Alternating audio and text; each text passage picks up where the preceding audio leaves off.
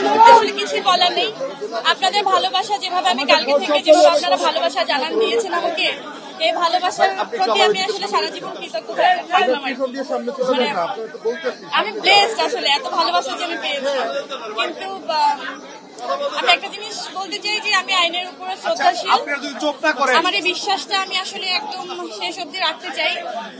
আমি বিশ্বাস করি আমি আসলে ন্যায় বিচার পাবো, আর আপনারা আমার সাথে থাকবেন। এই ভালোবাসা নিয়েই আসলে আমি জিততে চাই ইনশাল্লাহ। আচ্ছা আপু, একই ঘটনায় আপনি একটি মামলা করেছিলেন, সেটি চলমান আছে। এরপরে একই ঘটনায় আবার আমরা এই সম্পর্কে আসলে সবাই অবগত যে আমি যে মামলাটা করেছিলাম তার ঠিক 2.5 বছর পরে উনি পাল্টা একটা মামলা করেন, যে মামলার জন্য আজকে এই যে আমাকে কালকে হচ্ছে গ্রেপ্তারি পরোয়ানা জারি করা হয়, ওয়ারেন্ট হয় আমার নামে।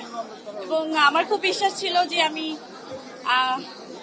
আজকে আসবো। আপনারা যেভাবে সবাই আসলে আমাকে সাহসটা জুগিয়েছেন যে আজকে জামিন নিতে আসবো এবং আমি জামিন পেয়ে যাবো, আপনাদের এত ভালোবাসা নিয়ে আসলে আমি বাড়ি ফিরছি।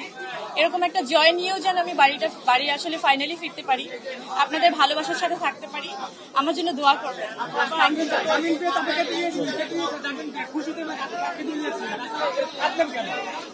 খুশিতে কেঁদে দিয়েছিলাম না, সেই কান্নাটা, সেই খুশির কান্নাটা আর একটু পরে হবে, যখন পুরোপুরি ফাইনাল হয় না ওই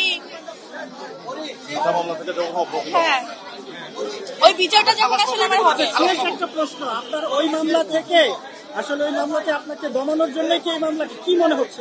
এটা তো খুবই পরিষ্কার যে আমি একটা মামলা করলাম, তার 2.5 বছর পরে, ঠিক 2.5 বছর পরেই একটা পাল্টা মামলা করা হলো শুধু দমানোর জন্যই, তার কিছু না। এবং এটা বিচারাধীন। আমার বিশ্বাস যে আমি সঠিক বিচার পাবো, আমি ন্যায় বিচার পাবো। আমি কিন্তু দাঁড়ে দাঁড়ে ঘুরেই, আপনারা সবাই জানেন 4টা বছর আগের ঘটনা, আমি দাঁড়ে দাঁড়ে ঘুরে শেষ পর্যন্ত এই আদালতকেই আসলে আমার মনে হয়েছে যে আমি এখান থেকে ন্যায় বিচার পাবো। আমি এখান থেকে আশাহত চাই না, মানে আশাহত হতে চাই না, আমি সত্যি আশা হারাতে চাই না। আমার একদম বিশ্বাস নিয়ে থাকতে চাই যে শেষ পর্যন্ত সত্যের জয় হোক। আমি যতটুকু দিয়েছি অতটুকুই আমার বক্তব্য, তারপর যদি ক্লিয়ার করতে হয় আমি নিজে থেকে করবো। Thank you.